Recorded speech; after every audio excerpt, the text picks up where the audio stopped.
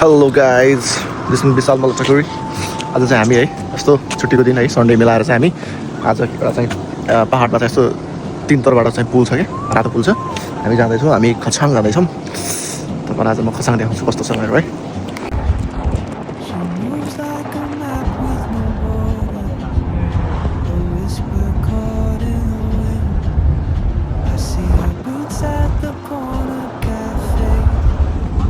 ल है साथीहरू, हामी खछाङ पुग्ने भनेको हाम्रो दुईजना साथीहरूसँग, हाम्रो सनम दोस्त, हाम्रो आशिष दामी बेसी हाल्छु यार। हामीसँग पुगिसकेका छौँ। अब माथिबाट पुल छ, पुल हेर्न जाने हो।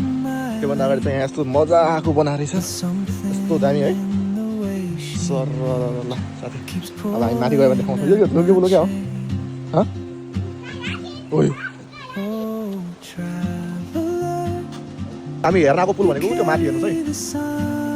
हो यही पुल हो, रातो पुल देख्नु भने कस्तो छ, तिनतिरबाट छ मस्त। त्यही हेर्न आएको हामी। अब हामी लाग्छौँ, कम्ती देखाउनु पऱ्यो, जाउँ साथी।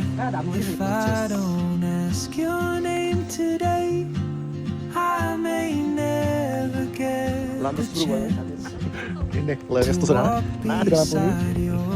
हिँड्दै हिँड्दै पुग्नुपर्छ, यस्तो छ सिडी सबै माथि छ के साथी। जाने क्रममा है हामीले यहाँ भेटाएको सानो झरना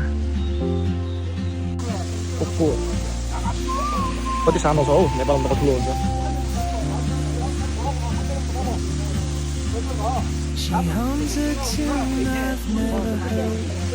ए गर्मी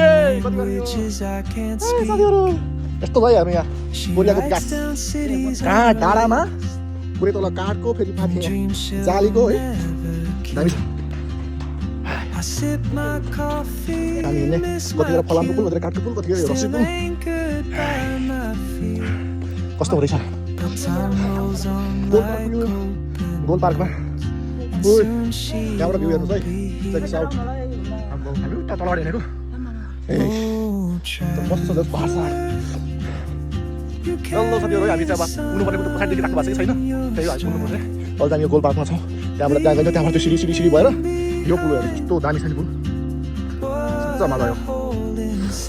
यो फाइनली गाइजहरू हामीले चाहिँ पुग्ने भनेको ठाउँ चाहिँ पुग्यो, यही हो ठाउँ।